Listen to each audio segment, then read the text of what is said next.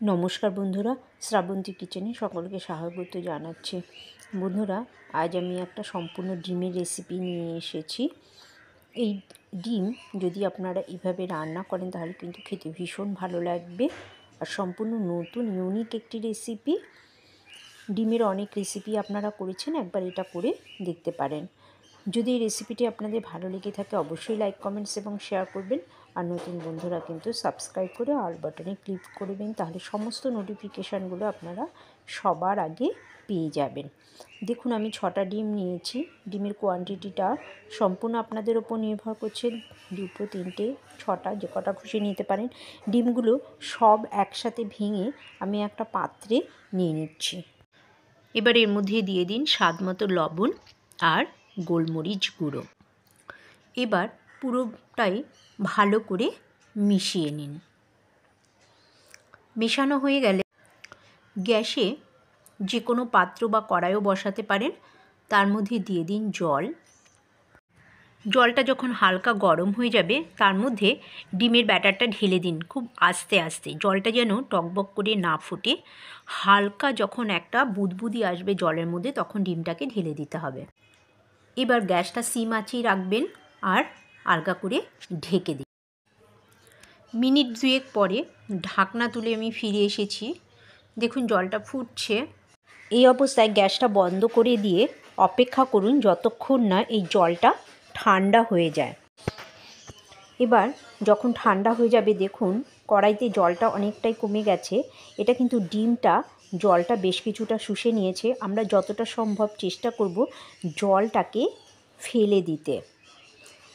প্রথমে কাত করে ফেলে দিয়ে তারপর একটু হাত দিয়ে ডিমটাকে চেপে চেপে জলটা ফেলে দিন। দেখুন, হাত দিয়ে চাপলে জলটা পড়ে যাবে। এবার একটা মশলা তৈরি করে নিন। মিক্সিতে দিয়ে দিন আদা, দিয়ে দিন লঙ্কা, আপনার স্বাদ মতো লঙ্কা আপনি অবশ্যই দিতে পারবেন। পেঁয়াজ দিন, আমি ছোট করে কেটে নিয়েছি। এবার নিয়ে নিন টমেটো। নর্মাল বেসিক মশলাগুলোই এখানে ইউজ করা হবে। আর নিয়ে নিন বেশ কিছুটা রসুন। তারপর একটা মিহি পেস্ট করে নিন মিক্সিতে। ততক্ষণে ডিমটা ঠান্ডা হয়ে গেলে একটা প্লেটে তুলে নিন আর একটা নাইফের সাহায্যে আপনার পছন্দ মতো শেপ আপনি করে নিতে পারেন। ভীষণ সফট এটা, আর খেতেও কিন্তু ভীষণ ভালো লাগবে। প্রথমে আমি 2 টুকরো করে নিয়ে দেখিয়ে দিচ্ছি আপনাদেরকে। ভেতরটা দেখুন, একদম অনেকটা পনিরের মতো হয়েছে। ডিমের পনির বলতে পারেন। দেখতে পাচ্ছেন ভেতরটা কত সুন্দর হয়েছে। এবার এটা একটা ছোট ছোট পিস করে নিতে হবে। আপনার যেরকম ইচ্ছে, ছোট বড়, স্কোয়ার, রাউন্ড, যেরকম ইচ্ছে আপনি কিন্তু পিস করে নিতে পারেন। আপনি নিশ্চিন্তে যত তাড়াতাড়ি করে এটা করতে পারবেন, কোনো অসুবিধা নেই। একটা টুকরো কিন্তু ভেঙে যাবে না। ভীষণ খেতে ভালো লাগবে। অবশ্যই কিন্তু একবার করে খাবেন আর আমাকে কমেন্টস বক্সে কমেন্টস করে জানাবেন যে আপনাদের এটি কেমন লেগেছে।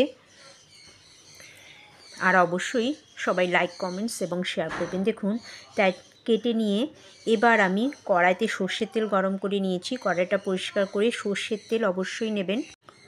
তারপর একে একে সব পিসগুলো তেলের মধ্যে দিয়ে একটু লাল করে ভেজে নিন, হালকা ব্রাউন করে ভেজে নিন।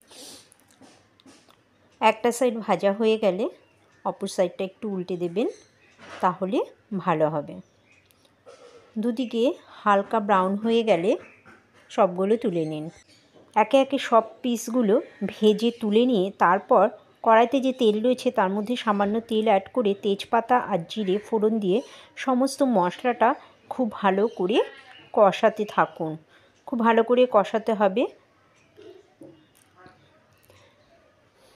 আমি জিরে আর তেজপাতা দেওয়াটা এটা দেখালাম না, মুখে বলে দিচ্ছি, কারণ তাহলে কি হয়, ভিডিওটা অনেক লেন্দি হয়ে যায়।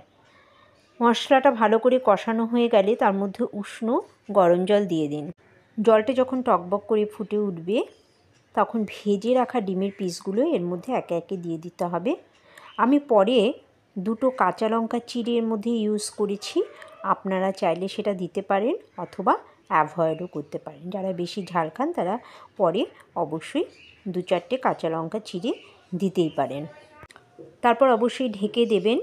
ঢেকে দিয়ে 2-3 মিনিট রান্না করে নেবেন। দেখবেন ঝোলটা অনেকটাই কমে গেছে, ডিমগুলো কিন্তু সোপ করতে থাকবে। তারপর দিয়ে দিন ধনেপাতা কুচি। আপনারা কিন্তু অবশ্যই এই রেসিপিটা একবার করবেন, করে খাবেন আর আমাকে জানাবেন কেমন হয়েছে। ধনেপাতা কুচিটা ভালো করে নেড়েচেড়ে মিশিয়ে দিয়ে অবশ্যই ঢেকে রেখে দিতে হবে বেশ কিছুক্ষণ। সাথে সাথে কিন্তু পরিবেশন করবেন না, কেননা ডিমের ঝোলটা কিন্তু ডিমগুলোর ভেতরে যেতে হবে, না হলে কিন্তু খেতে একদমই ভালো লাগবে না। দেখুন ডিমের তরকারিটা দেখতে কতটা সুন্দর হয়েছে, খেতেও কিন্তু ততটাই সুন্দর হবে। ঢেকে 5 মিনিট রেখে দেওয়ার পরে পরিবেশন করবেন। দেখুন আমি 5 মিনিট পরে আমি একটা পিস হাতে তুলে নিয়ে দেখাচ্ছি। দেখুন কত সুন্দর হয়েছে, কেউ বুঝতেই পারবে না যে এটা একটা ডিমের তরকারি। এত ভালো লাগবে খেতে, আর একদমই অন্য রকম একটা স্বাদ। তাহলে বন্ধুরা আপনারা এভাবে এই ডিমের রেসিপিটা অবশ্যই করবেন আর আমাকে জানাবেন আপনাদের কেমন লেগেছে, খেতে কেমন লেগেছে। আর সবাই অবশ্যই লাইক কমেন্টস করবেন আর অবশ্যই শেয়ার করবেন। আর নতুন বন্ধুরা কিন্তু সাবস্ক্রাইব করে অল বাটনে অবশ্যই প্রেস করবেন। তাহলে বন্ধুরা আজকে এই পর্যন্তই। সবাই ভালো থাকবেন, সুস্থ থাকবেন। দেখা হবে পরের কোনো রেসিপিতে। Thank you so much.